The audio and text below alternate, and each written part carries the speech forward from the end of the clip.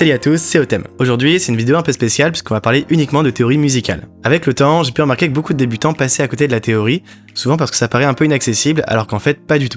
Que vous soyez complètement novice en la matière ou que vous ayez quelques notions, j'ai envie de me lancer ce petit défi qu'en seulement 15 minutes, je peux vous apprendre les bases de la théorie. En gros, l'essentiel de ce qui régit les règles de la musique pour pouvoir comprendre 99% de la musique d'aujourd'hui. Donc on va partir du niveau 0, vraiment le sous-sol, genre c'est quoi une note de musique, et petit à petit voir ensemble tout ce qu'il faut savoir pour créer des mélodies, des accords, des harmonies, etc. Alors, je suis pas en train de vous dire que je vais vous apprendre la musique en 15 minutes, faut pas abuser. Mais je prends les paris qu'à la fin de cet épisode, vous aurez toutes les clés pour comprendre la plupart des techniques de composition et l'immense majorité des morceaux de la musique classique à aujourd'hui. Si vous découvrez la chaîne pour la première fois, je suis Otem, ici on parle de musique de film mais pas que, puisqu'aujourd'hui on va voir la théorie musicale en 15 minutes.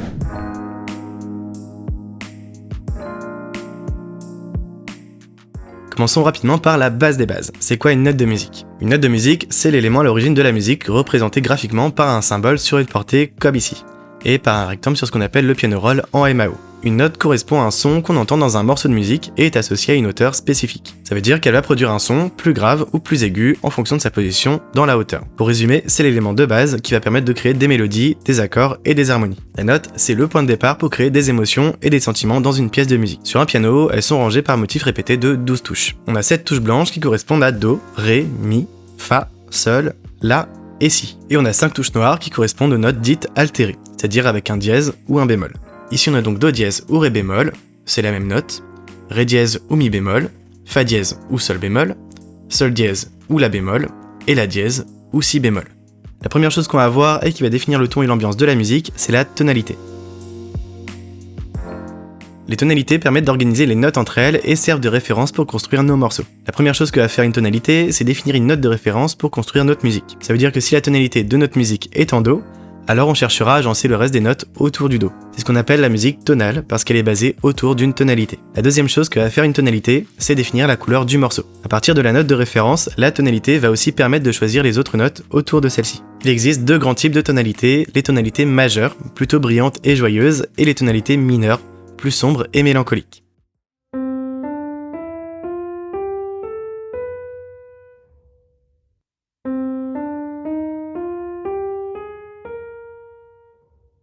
Ici on est parti de la même note de départ, le Do, mais l'écart entre les notes est différent car on avait d'un côté une tonalité de Do majeur et de l'autre côté une tonalité de Do mineur cette fois-ci. Ces écarts entre les notes, c'est ce qu'on appelle des intervalles. Un intervalle, c'est la distance entre deux notes différentes dans la musique. Dans la majorité des morceaux, on mesure les intervalles par ce qu'on appelle des tons ou des demi-tons. Un demi-ton correspond à un écart d'une touche entre deux notes, par exemple Do et Ré bémol.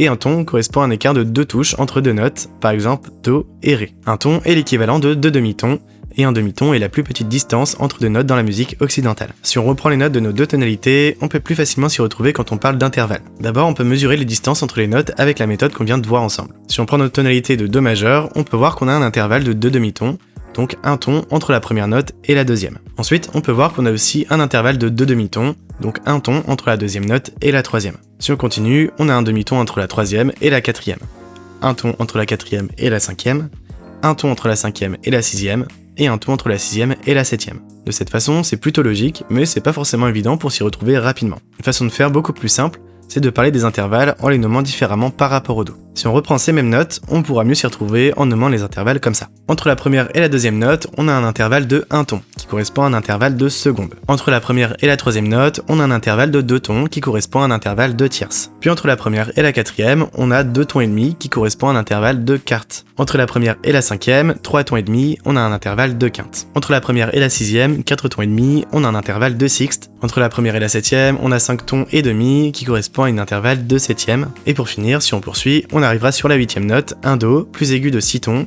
qui correspond à un intervalle d'une octave. Cette méthode elle est beaucoup plus simple pour parler des intervalles, puisqu'il suffit de se baser sur la place des notes par rapport à la fondamentale pour les identifier. Mais elle n'est pas encore parfaite. Si on prend cette fois les notes de notre tonalité de Do mineur, on pourra définir nos intervalles exactement de la même façon.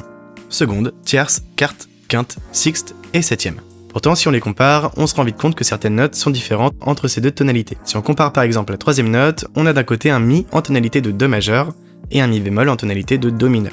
Idem pour la sixième note, on a un La en tonalité de Do majeur et un La bémol en tonalité de Do mineur. Pour la septième note, on a un Si en tonalité de Do majeur et un Si bémol en tonalité de Do mineur. Au final, pour s'y retrouver, il faut ranger les intervalles en 2 catégories. Tu vois, le monde se divise en 2 catégories. D'un côté, on a les intervalles parfaits, unisson, quarte, quinte et octave. Et de l'autre, on a les intervalles dits imparfaits, seconde, tierce, sixte et septième. Les intervalles parfaits sont considérés comme justes par défaut, donc on les nomme tels quels. Parfois, ils se retrouvent plus haut ou plus bas d'un demi-ton que prévu. Dans ce cas-là, on dira qu'ils sont augmentés ou diminués. Pour les intervalles imparfaits, leur hauteur est variable selon la tonalité. On préférera donc préciser s'ils sont majeurs ou mineurs. Par exemple, la tierce se situe 2 tons au-dessus de la fondamentale. Ça correspond à la tierce majeure. Et dans une tonalité mineure, elle se retrouvera plus basse d'un demi-ton, donc 1 ton et demi au-dessus de la fondamentale. On dira que c'est une tierce mineure. Au passage, c'est grâce à cette tierce, majeure ou mineure, qu'on saura dire si on est sur une tonalité majeure ou mineure. Sur notre tonalité de do mineur, on peut donc renommer nos intervalles de cette façon. Unisson, seconde majeure, tierce mineure, quarte, quinte, sixte mineure et septième mineure. De cette façon, il n'y a plus aucun doute à avoir. Si vous débutez avec la notion d'intervalle, je vous encourage à vraiment vous pencher dessus, car c'est en partie ce qui va vous permettre de créer des mélodies, des accords et des harmonies. Vous pouvez aussi vous entraîner à les identifier à l'oreille. Ça a l'air de rien, mais ça aide énormément quand on compose. Pour ça, il y a plein de sites et d'applis, je pense à ToneGym par exemple, et même à des vidéos sur YouTube pour s'entraîner. Les intervalles qu'on vient d'identifier vont permettre d'être enchaînés à la suite pour créer des mélodies. Maintenant, si on commence à associer ces intervalles, c'est là qu'on pourra commencer à créer des accords. Un accord, par définition, c'est une combinaison de notes jouées en même temps pour créer une sonorité harmonique. Donc les accords peuvent bien sûr servir à créer des progressions d'accords, mais aussi des harmonies, par exemple dans une mélodie avec 2 notes simultanées. Comme pour la tonalité, il y a 2 grands types d'accords, les accords majeurs et les accords mineurs. Pour construire un accord, c'est assez simple si vous connaissez vos intervalles. Un accord de base est composé de 3 notes bien spécifiques. On a d'abord la fondamentale, c'est-à-dire la note qui est à l'origine de l'accord, prenons un do par exemple, ensuite vient la tierce, ici c'est donc un mi, et enfin vient la quinte, ici c'est un sol. Là on a donc un accord de do à 3 sons composé de 3 notes, do, mi et sol. On dit que cet accord est majeur puisque la tierce de l'accord est une tierce majeure. Si on devait jouer un do mineur, on pourrait tout simplement abaisser la tierce d'un demi-ton et on obtiendrait do, mi bémol et sol, ce qui donne bien un accord de do mineur. Ensuite, vous avez sans doute vu passer d'autres types d'accords. On a par exemple les accords septièmes. Par exemple, avec notre accord de do, on pourrait créer un accord à 4 sons cette fois en lui ajoutant une septième. Pour ça, on regarde toujours nos intervalles et on lui ajoute la note qui correspond à la septième intervalle. On a donc un accord qu'on nomme do majeur 7, puisqu'on a notre accord de base, do, enrichi avec une septième majeure. Alors petite parenthèse, si on vous parle d'un accord septième. Un accord de do est par défaut un accord avec une tierce majeure. Si on précise que c'est un do mineur, alors c'est la tierce qui est mineure. Et pour la septième, c'est l'inverse. Si on précise rien, alors la septième est mineure par défaut. Et la septième est majeure seulement si on le précise. Ça a l'air un peu tordu, mais en fait c'est super pratique pour pas se mélanger. Avec ça, on sait tout de suite de quel accord on parle. Un do 7, c'est donc un accord de do majeur avec une septième mineure, vu que rien n'est précisé. Un do mineur 7, c'est un do mineur avec une septième mineure. Vu qu'on a précisé mineur, on parle forcément de la tierce. Et un do majeur 7, c'est un do majeur avec une septième majeure. Vu qu'on a précisé majeur, on parle forcément de la septième. Et la tierce est majeure par défaut. Ensuite, on peut avoir autant de notes dans un accord que d'intervalles. Par exemple, on peut se retrouver avec des accords avec encore une note supplémentaire. Là, on appelle ça des accords enrichis. Par exemple, on a do 9. Là, on sait que notre accord est un accord majeur puisque rien n'est précisé. Donc on a déjà do, mi et sol. Ensuite, quand on a ce type de notation qui dépasse le chiffre 8, on ajoutera automatiquement la septième. On peut donc l'ajouter, ici rien n'est précisé non plus, donc la septième est mineure. Et ensuite on ajoute la neuvième, donc on fait une sorte de boucle avec nos intervalles. On a la huitième note qui correspond à l'octave, et on continue sur la suivante, la neuvième, donc ré. On obtient donc un accord de do 9 avec do, mi, sol, si bémol pour la septième et ré pour la neuvième. Ces intervalles, elles permettent de définir les notes que contient l'accord, mais l'ordre des notes n'est pas figé. On peut tout à fait placer ces notes dans le désordre sur différentes octaves. Ça, c'est ce qu'on appelle les renversements. Par exemple, si je reprends mon accord de do à 3 sons, je peux choisir de renverser mon accord en plaçant la quinte en premier dans la hauteur. Normalement, j'ai dans l'ordre do, mi, sol, mais je peux aller chercher la note une octave en dessous pour renverser mon accord. Ici, on a toujours les mêmes notes, mais dans un ordre différent. Donc c'est toujours le même accord, mais il sonnera simplement un peu plus grave. Maintenant que vous savez comment construire un accord, on peut commencer à les enchaîner avec des progressions d'accords. Pour ça, il faut qu'on parle des gammes. Si vous avez bien suivi lorsqu'on a parlé de la tonalité et des intervalles, vous ne devriez pas avoir trop de mal à comprendre comment ça fonctionne. Une gamme, c'est un ensemble de notes bien organisé, qui va servir de base pour construire des mélodies, des harmonies et des accords. Ce sont les gammes qui vont permettre de définir précisément la tonalité du morceau, et les intervalles qu'on va utiliser dans une pièce. Il en existe un très grand nombre qui vont toutes créer des sentiments et des ambiances très différentes dans vos morceaux. Une gamme normale en musique occidentale est toujours construite avec 7 notes. Il en existe aussi avec par exemple 5 notes comme la pentatonique que les guitaristes connaissent bien, ou 9 notes comme la gamme blues, mais pour ces dernières c'est plutôt des variantes de gamme simplifiées ou enrichies que de véritables gammes. Ici, on va parler des deux gammes principales, la gamme majeure et la gamme mineure. Mais sachez que les autres gammes, comme celles qui découlent des modes, qu'on verra pas aujourd'hui mais dont on pourra parler un peu plus tard sur la chaîne, fonctionne de la même façon. La gamme majeure, elle, correspond aux intervalles de notre tonalité majeure. On choisit donc une note de départ qui sera l'origine de notre gamme et on déroule nos intervalles. Pour une gamme de Do majeur, on aura donc ces notes. Do pour la fondamentale, la note à la base de notre gamme, Ré pour la seconde, Mi pour la tierce, Fa pour la quarte, Sol pour la quinte, La pour la sixte et Si pour la septième. Ces 7 notes correspondent à notre gamme de Do majeur. Donc pour un morceau en tonalité de Do majeur, on utilisera ces 7 notes pour construire nos accords et nos mélodies. Et pour une gamme de Do mineur, on reprend donc les intervalles de notre tonalité de Do mineur. Do pour la fondamentale, Ré pour la seconde, Mi bémol pour la tierce qui est mineure cette fois-ci, Fa pour la quarte, Sol pour la quinte, La bémol pour la sixte qui est mineure, et Si bémol pour la septième, mineure elle aussi. Quand on parle de gamme, les intervalles ne changent pas. La distance entre les notes reste toujours la même sur une gamme mineure ou sur une gamme majeure. Ça veut dire que sur une gamme de Do majeur ou une gamme de Fa majeur, la couleur sera identique. En revanche, la gamme sera plus aiguë ou plus grave puisque la note de départ aura changé.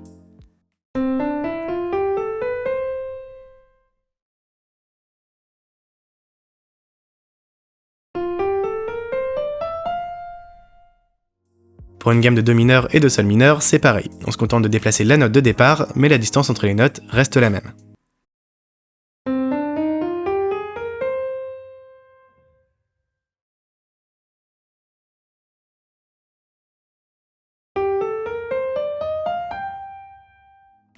Si vous voulez un point de repère pour bien retenir une gamme majeure et une gamme mineure, une gamme de Do majeur correspond à toutes les touches blanches en partant de Do, et une gamme de La mineur correspond à toutes les touches blanches en partant d'un La. Ça vous permet d'avoir le bon écart entre les notes, et puis après vous déplacez ça dans la tonalité que vous voulez. Maintenant que vous connaissez vos gammes mineures et majeures, je vais vous montrer comment créer des progressions d'accords avec. Donc si on prend la gamme de Do mineur, on a donc accès à ces 7 notes.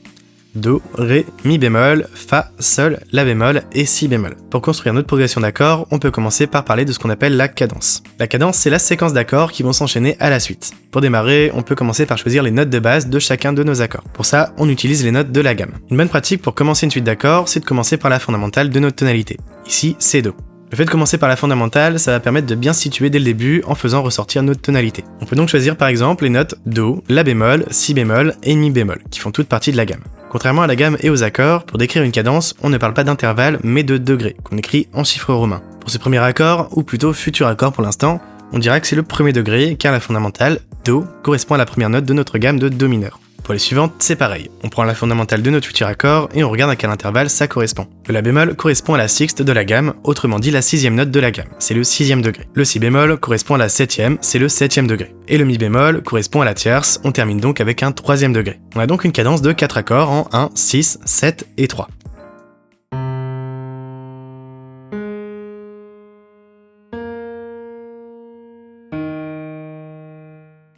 Maintenant, pour que ces fondamentales deviennent des accords, il va falloir les enrichir avec d'autres notes. Ici, on va faire des accords à 3 sons, comme on en parlait tout à l'heure, c'est-à-dire avec une fondamentale qu'on a déjà, une tierce et une quinte. Pour les trouver, maintenant qu'on a notre gamme, c'est super simple. On prend la première note de notre accord et on compte les intervalles pour trouver les suivantes. Là, faut pas se mélanger, on compte les intervalles à partir de notre accord, pas les intervalles à partir de la gamme. Pour notre premier accord, on part de la fondamentale, Do, on saute la seconde et on va chercher la tierce, Mi bémol. On saute la quarte et on prend la quinte, Sol. Ici, on a bien un accord de Do mineur, puisque la tierce est un demi-ton au-dessus de la fondamentale en Do. Pour le deuxième accord, on part de la fondamentale, La bémol, on saute la seconde et on prend la tierce, Do. On saute la quarte et on prend la quinte, Mi bémol. Là, on a un accord majeur, puisque la tierce est 2 tons au-dessus de la fondamentale. Pareil pour le troisième accord, on prend la première note, Si bémol, la tierce, Ré, et puis la quinte, Fa. Là encore, on a un accord majeur, puisque la tierce est 2 tons au-dessus de la fondamentale. Et enfin, pour le quatrième, on a la fondamentale en Mi bémol, la tierce en Sol, et la quinte en Si bémol. On a aussi un accord majeur, la tierce est 2 tons au-dessus de la fondamentale.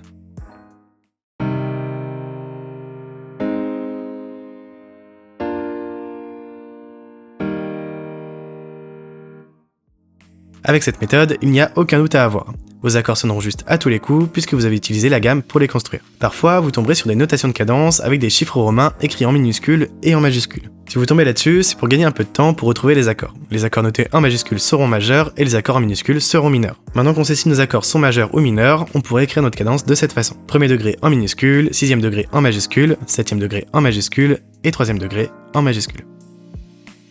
Aujourd'hui, on a couvert les bases de la théorie musicale avec les tonalités, les intervalles, les gammes et les accords. Si vous avez compris ces fondamentaux de la théorie, vous serez mieux équipé pour analyser, composer et surtout apprécier la musique de façon plus approfondie. Pour les plus débutants, même si ça peut sembler complexe au début, vous verrez qu'avec un peu de pratique, vous serez très vite à l'aise avec ça. Même si ce ne sont que des notions de base dont on a parlé dans cet épisode, ce sont des notions qui, combinant entre elles, vous permettront de comprendre l'immense majorité des concepts et des techniques de composition, du plus simple au plus complexe. Je pense par exemple au cycle des quintes, aux modulations et à l'harmonie en général. Cette vidéo, elle a surtout pour but d'ouvrir la porte à d'autres vidéos sur ces techniques de composition que j'ai envie de vous montrer sur la chaîne. Donc n'hésitez pas à vous abonner si ça vous intéresse, à liker la vidéo, et surtout à me poser vos questions et à me dire en commentaire si vous souhaitez que j'aborde un sujet plus précis dans une future vidéo. Moi je vous dis à la prochaine, merci d'être resté jusqu'à la fin, c'était Théothème, prenez soin de vous, et à très vite.